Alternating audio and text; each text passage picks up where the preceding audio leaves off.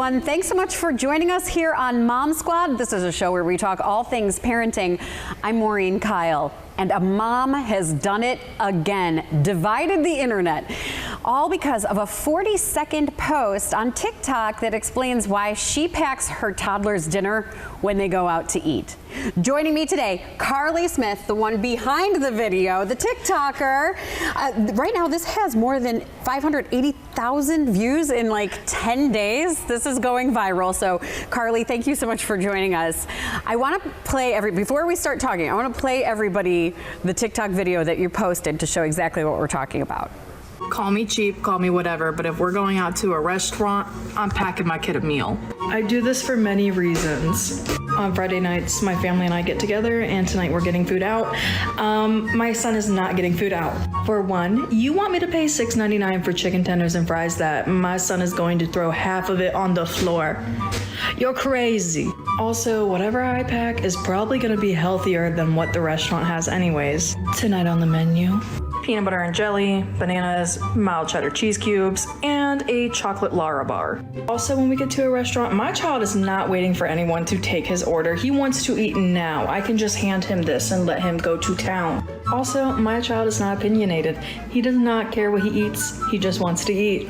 So, Karlie, what made you do that video? What made you sound off on TikTok? Well, I was just trying to share a hack, and the internet had some controversial opinions about it. I was really just trying to help everyone out and share what I did when my toddler goes to a restaurant, but some people didn't like that. Yeah, we're gonna get into the controversy in a minute, but I feel like, anybody out there has had a toddler. We've all been in that situation where there were a couple points that you brought up that really struck a chord with me, where I was like, yeah, Karlie, like, yeah, this is, because I've been there where I've bought a meal for my toddler and they didn't touch it or they didn't like it. I've been there where, it's fallen on the floor instead. So it's like, why did I buy that? And then also the health options too. It's like, I don't know, I'd rather my kid eat a lot of vegetables than deep fried something. Mm-hmm. So was there an experience that, like, what made you, how many times has that happened to you? Or is this a regular occurrence, or did something happen where you were like, I got to show where I'm going to pack this lunch? Well, I would say probably about the first year of his life, I was like, okay, I'm just going to go and get him like a little food or share my food or something like that. And I just noticed that it wasn't for him, and so when he would much rather prefer the snacks that I was bringing. So I just started deciding to pack an entire meal for him, and then I noticed that he preferred that much better than what was on the menu. Yeah. So then you post this, it gets like 2,000 comments right away. Were you surprised? Because you've been a TikToker for a while. I wasn't necessarily surprised at the amount of comments, but I was surprised about the divide within the comments. Mm-hmm. What kind of divide were you seeing? What division? Where were people standing? Well, it's either I am going to buy the meal and I think you're a terrible mother, or I think this is genius and I will be doing this from here on out. And then there were a couple Switzerlands, like some neutral people who were like, I wouldn't do that, but I respect you for doing what's best for your child, which I really appreciate those people. And you were telling me before we started this interview that you're used to negative comments and positive comments. Was this any different? Did you take this on a more personal level, or how was this one different than some of the other posts that you've put up? Well, I'd say this was definitely a lot more controversial than I was expecting, but I'm pretty used to hate on the internet. Yeah. So I think we all are. Yeah, so I was just kind of like, people don't like me, oh well. And then there were a couple times that I got comments saying that I should, that it was abuse, that I should have my children taken away from me over a peanut butter and jelly sandwich. CPS should be called, just those kind of comments, that kind of struck a chord a little bit, that people were saying that I shouldn't have my children over the fact that I was feeding a PB&J, which was a little hurtful, but at the same time, I just kind of realized that those people were kind of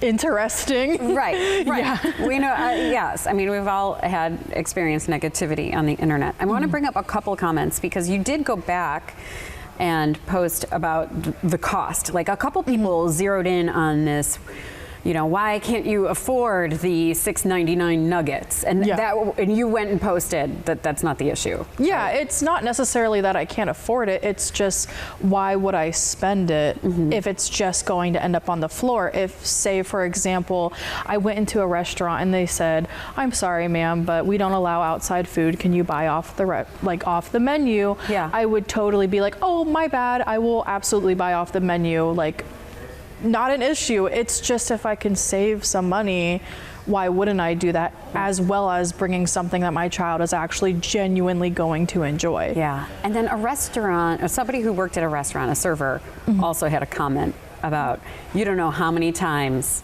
I've picked up food off the floor or picked up a plate that like wasn't touched at all from a toddler. So when you see a comment like that saying from somebody who works in the industry saying like, yeah, I would absolutely support this. How did that make you feel?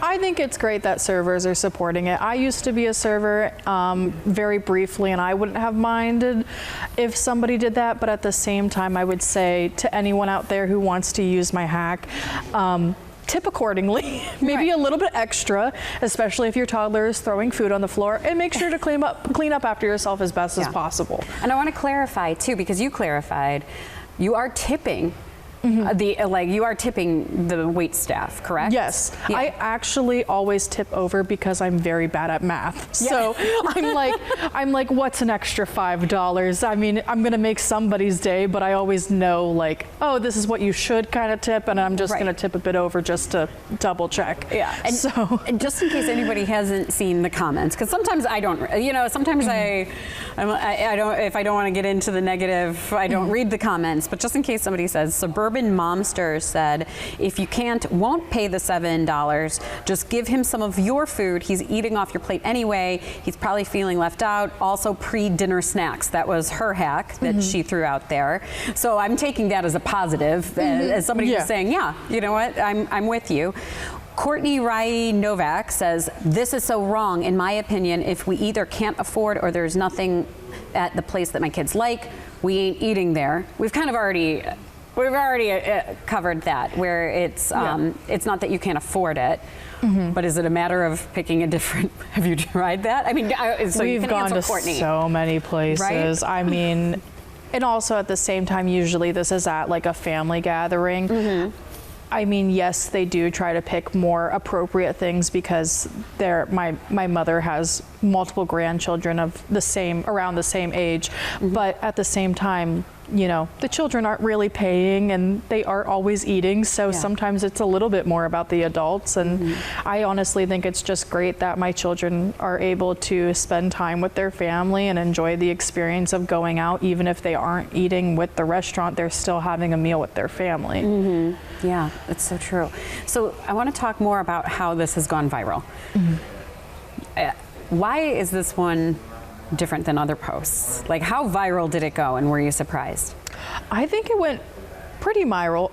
500,000 Is that above average for your that's post? above average, and I think it went viral just because people feel like on the internet they have a lot to prove as a parent, and therefore they want to be the ones to jump in the comments and say, I would spend the extra money, I would do that for my kid, when in reality, I would go the extra mile to pack my kids something that they enjoy. I would, you know, make sure that they're comfortable in a restaurant setting. I would make sure that, you know, they have something that they like. And, you know, I think it's just about competition. Yeah, I feel like a lot of parenting topics, you get people who want to throw in their opinion. Now, this got picked up. You said all of a sudden you started seeing articles written about this. I know we saw it on, you know, todayshow.com. That's where we saw it, where they picked that up. Has that happened to you before? Not really, and I think the most interesting part is that like Today Show and about 2 other networks have actually reached out to me and said like, oh, can we at least, you know, share your video and share your content. Everything else is just absolutely undisclosed, and I'm on the internet. I was in Canada the other day, New York Post, like a talk show in Cincinnati, and I have no idea. My commenters are just being like, hey, I saw you here, and I'm like, oh, you did? Yeah. Because I had no idea. Does that change your thoughts on posting in the future? I wouldn't say necessarily. Yeah. I think it's okay. Yeah. Yeah. So it hasn't like, you're not crawling into a hole, getting off the internet because of people sharing your content. No, I Yeah. would never crawl into a hole and want to cry in a fetal position just because people are mad at me over a PB&J, especially when I know my heart and I know what's best for my children, and I'm not going to let people put me down for that. Do you think that this has sparked any, I mean, the more we talk about certain topics, you know, and parents share ideas, you know, do you think that this is a good thing, that it's sparking conversation, and maybe somebody thinks, well, I didn't really see it that way until you pointed it out? Yeah, I do think it's good to spark conversation, and I do think it's okay to disagree. I just think what is not okay is to be absolutely rude and hateful in the comment sections. It's one thing to say, I wouldn't do this for my child, but I'm glad it works for you.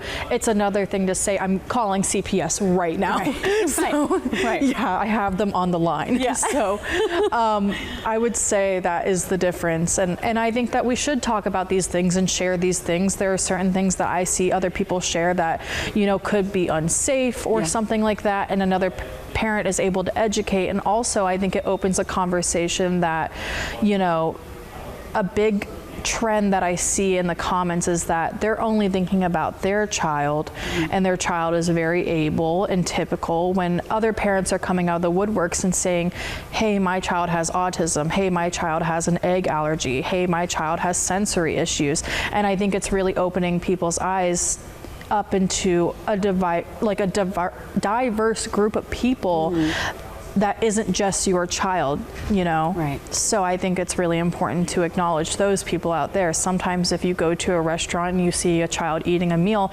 maybe it's because if they eat the other meal, they're, you know, extremely picky due to autism, or, you know, they can't eat it because they have a sensitivity to food. And you know, I think it's time to acknowledge those people as well. Yeah. I think we all know parenting's hard, no matter what. We all do it differently. I don't know, I've never heard of much, I mean, to the extent of, you know, feeding PBJ, there's not a lot of right and wrong when it comes to those type of things. So, Karlie, you definitely have gone viral. You've definitely gotten a lot of people talking, and I appreciate you coming on and talking about it. And of course, the negativity that she got was so surprising, but also I think as moms, we've all done something like this. So joining me to talk about it is Jenny Jordan and Carmen Blackwell, my fellow moms and coworkers, and moms to toddlers. So this is why I brought you in, because both of you know what this is like. So first, let's kind of delve into the mom shaming that happened on the internet here, because I think that also happens to everybody. Yeah, I think that's why maybe some folks are apprehensive to share at all, just because they don't want to face the criticism. That was obviously different for Karlie.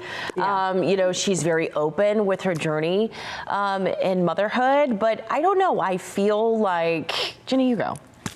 Well, you go first. Yeah, no, I mean, I think that I really wish, you know, we knew about the people who are commenting, right? The bullies behind the keyboard.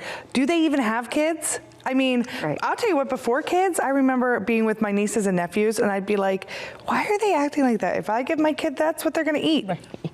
Now, reality check, reality check. Like Yes. that is so not what happens in real life. Now I'm the mom, you've seen the videos of them being like, do you want a banana? Do you want to pick it? Do you want me to get it? Right. Do you want it peeled? Do you want it all the way peeled? Just a little bit? Cut up? No? Yeah. Because you know that the struggle is real when it Yes. comes to toddlers. And sure, we all say like, oh, we need to teach them this and that, but sometimes it's hard, right? And they're learning their boundaries and they're setting their own boundaries and they're trying to make a stance for themselves.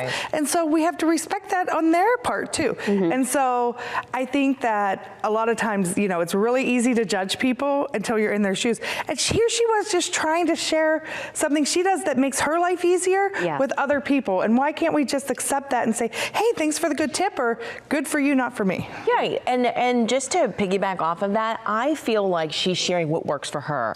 Because I'm a mom that's like, whatever works. Yeah. If you want fruit tonight instead of vegetables, whatever works. Right. I want you to eat. It's going to be a well-balanced meal, but I'm going to do what works for me and what works for Cairo. Yeah. He's almost 3 years old. So I just feel like she's sharing that, hey, listen, Happy Meals or wherever that meal was from that lovely restaurant, it doesn't work for her and her toddler. So she kind of came up with an alternative plan for something that works for her, and she wanted to share it. Yeah. So I just feel like she's sharing her personal experience. What's wrong with that? I feel like we as moms and as a community on social media as a whole, we have to stop cutting each other down. Yeah. I think some moms also, some people, let's just say some people, don't know how their comments are coming across sometimes. I mean, on the internet, you have the luxury of, like, you can type and you can reread what you type. Because I had, you know, somebody within a circle, especially when I was a first-time mom. I remember I was sitting there and my daughter is almost 2, and she was like, you still give her a bottle before bed, or something like that, where I was like, what? Am I doing this wrong? You know what I mean? But I don't think that she meant that. It was her, that's how she talks. You know what I mean? Yeah. But it did come across as like a mom shaming thing. I don't think all of the comments that Karlie was facing are people who don't know how they're saying it and maybe don't know their tone. I think it's people trying to make themselves feel better about, well, I know better than you do. But like we were saying with, especially with meals and toddlers, and then Karlie brought it up, you never know what that family is going through. When you walk into a restaurant, you don't know if the kid has sensory issues, if they have allergies, if they, you know, if the restaurant is, here's where I stand on it. If the restaurant is going to be understanding and say, that's totally fine. And if Karlie says, I over-tip when that happens, so they're going to get their money. It's just I don't want to feed my kid something that they don't like, and then something that they're not going to eat and waste that food. That's one of those things. I mean, I feel like we've all done it. I was telling you guys before. I mean, I have a 4-year-old that we have now made it a rule in the house. When we get takeout, we don't get her a meal. No, we don't. Because you just know it's going to be a waste. Right. We know she's not going to eat it. And so she gets a little bit of ours, and then we give her some fruit and vegetables. She would rather have cut up cucumbers. There you go. I'd rather you have cut up cucumbers than a deep fried piece of chicken. Yes, right. And you know, and they kept zoning in on the waitresses and and I said, I've waitressed many years. A happy kid at a table is much, I will take that over a tip, over a bigger tip, you know what I mean? Instead of having somebody happy at the table and not being like hangry because they didn't get their food yet, or, you know, wanting, you know, asking where's their meal because the kitchen's backed up because they order, you know, whatever it is. That is really important too, because that's part of being a waitress is you're just making sure everyone's happy. I'm sure that the people are, oh, you just let them throw food on the floor. She didn't say she let them throw food on the floor. Kids throw food on the floor, and she cleans it up, you know, and I just think that people kind of zoned in. But I will say there were so many comments on our page, and I think I really was proud. There was a lot of people who came in and said, don't listen to those haters. What a great idea. I am so happy I never even thought of that, you know. Oh, I'm a grandma. I'm going to start doing that. Or I never even, you know, my kids hate that, or, you know, because especially too, you talk about going to a restaurant. Well, you know, it's a luxury for a lot of people. You don't get to go out to eat a lot, you know. And so maybe you're going to a seafood restaurant and your kids don't like seafood, or maybe you're going, you know, somewhere. I know sometimes I let my kids use their devices at the restaurants, which is something, again, before kids kids, I was like, never. No. Never would I do They that. would have screen time. And now I'm like, this is sort of like, you know, we eat together, and then if they're done eating and my husband and I are still eating, I will let them use their device because it's like the one time we get a little bit of like moment and a quiet. And enjoy your food. And we enjoy our food. Yes, again. So go ahead. You can blow me up on social. I'm sure that will get people all started about devices at the table. I'm going to add to that too, to the positivity. You know what I like about Karlie sharing this is that it showed another option. Right? Because she actually took you through in this video and she shows you the different food groups or the different food items that she selected for her child. So for new moms like me that are just trying to figure out, okay, I'm going to a restaurant, you know, Kai may or may not like this, but what else could I make him and bring along just in case? Right. And she kind of like shows you like a little walkthrough option. So it's like, okay, maybe I'll just do what Karlie does. Like I just feel like there's positivity in this video too. Yeah. Right. So that's what I like to see about the positive comments that were there. It's kind of giving her a pat on the back. Yeah. Right. Maybe helping some other parents out too. Yeah, and I think restaurants, you know, I mean, they try their best to, you know, cater to kids. Like if they cater to kids, if it's a restaurant that does that. But I always laugh because I'll be like, this mac and cheese on the menu, is it Kraft? Because if it's like fancy mac and cheese that's really good that I would like, my kids probably aren't going to like that. You know what I mean? It's like they only like the orange kind. I think you just hit on something, Jenny. I think you have to go into a restaurant that you know is kid-friendly, which I've had to explain to my parents means, do they have plastic cups? Yes. Do they have plastic cups are big. and something to draw on? That means a lid. Then you ask the poor wait staff, so are the grapes cut up in fours? Is your sandwich cut up in triangles and not squares? Is your mac and cheese, is it orange cheese or is it white cheese? Is it nothing creamy? touch each Is it- other? And then by the time you ask all those questions, just be like, you know what, never mind, I have a go-go squeeze right here. We're good. We're good. You know what, just table bread for everybody. You're going to go out and pack your own lunch. They're going to go to the store, get you a Lunchable and bring it back for your kid. Yes. But you know what, she brings up a lot of, there were just so many great points. The health of the food, the, you know, what kids are going through, but also when she said that, you know, like the wait staff sometimes, I mean, in certain restaurants, we were stuck at a table for over half an hour. It was one of those, we were out running errands, we stopped into a restaurant, it was already like 6:15, kids are hungry. We didn't have somebody even come and approach the table for 35 minutes. We didn't even get water. Yeah. And it's, I mean, those are, whatever. Restaurants are understaffed. There are certain situations, maybe somebody didn't communicate, hey, this is your table, that's your table, whatever. But it's like when you have kids standing there, I mean, now you as a new mom know you got to have the emergency backup. Like you almost always pack something of the just in case because you're moments away from a meltdown, depending on the situation. So, you know, as much as people want to harp on Karlie, sometimes, you know, there's certain situations where you're doing everything you can, and it's really for the mental health of your toddler. Yes, exactly. The well-being of everybody else that's there. Right. I do care about the wait staff, but I also care about my child. Right. So, Right. Yeah. Well, I think this discussion can also go on our Mom Squad with Maureen Kyle Facebook page. If you don't belong, please join. That's where we take your ideas, your comments, and we talk about them here, or we cover topics that you want covered, or you can just share ideas and meet other moms who are going through the same things that you are. We have a lot of grandparents too. Oh yeah. I don't want to leave out the grandmas who are. Well, and the grandmas love taking them out to eat because they like to show them off. You know, they like to show off the kids. My mom especially. Yeah, you know, I remember my mom being like, your daughter doesn't know how to eat an ice cream cone. I was like, well, because she's 8 months old, Mom. She doesn't eat ice cream cones, but okay. Glad they got their first trip to Dairy Queen. Way to go, Mom. My parents are the type, they're like, there's 2 wine glasses at every place setting. We should bring the kids. I'm like, no, we should not bring the kids. Yeah. Anyway, thank you, Carmen and Jenny, for joining me to talk about this. And thanks to all of you for joining us here on Mom Squad. We'll see you right back here next week.